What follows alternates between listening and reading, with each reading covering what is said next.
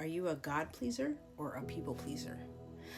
This is something I used to deal with years ago, and it took me a lot of healing. It took me a lot of learning who I was in God and being okay with who God made me to be able to walk a walk where I didn't care anymore about what people thought of me. And I don't mean that in a negative way, but I didn't care much as I cared about what God thought of me.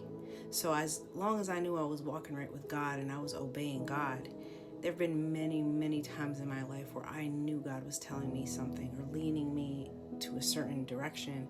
And a lot of people were like, I don't know, I had a lot of people just not believing or whatever.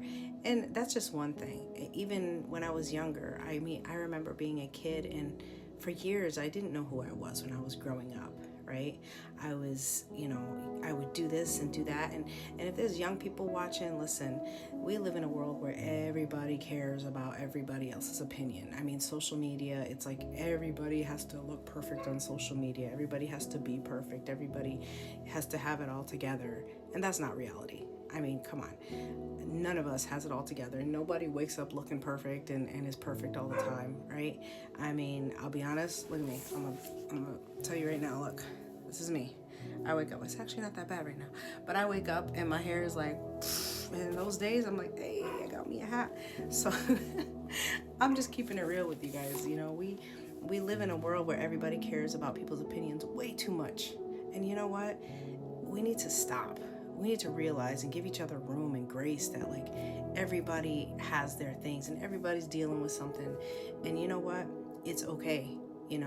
And don't walk around feeling like you always have to be something for somebody. Because, I was talking about this the other day with somebody, and I said, it's got to be exhausting to be somebody who's always trying to please everybody, because I feel like you gotta put on a different mask for different people, right? So it's like the mask for the boss, the mask for this person, the mask for this family member. Listen, that's exhausting.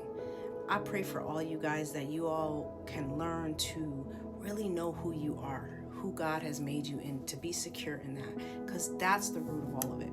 If you can really get who you are and be confident in that, and when I say confident, it's not like a cocky confidence. I mean, there might be people that look at me and think I'm cocky. They can think what they want to think. I'm not a cocky person. I'm really not. I just know who God made me, and I know who I am in Him. I know what He's put in me, and I'm confident in Him.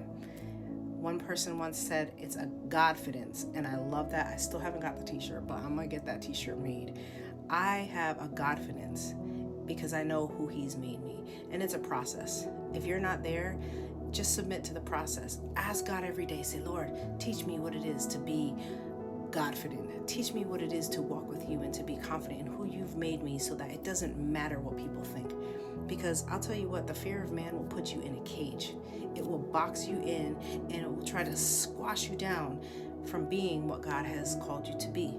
I lived in a cage like that for so long, and I can tell you what, it's so freeing when you can live your life every day free of the fear of man and fear of what people think of you, right? Because God's opinion is the opinion that matters. And if you know you're walking right with God, it doesn't matter what people think, right?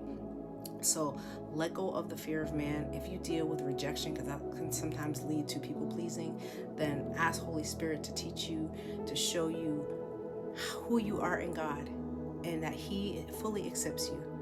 And it doesn't matter what people think. It doesn't matter who doesn't accept you, because people will always reject you. But as long as you know who you are and where you stand with God, people can reject you, but you'll be okay. And God will keep your heart, and He will guard your heart, and He will walk you through all of it. So I hope this helps somebody, and I hope you have a great rest of your day.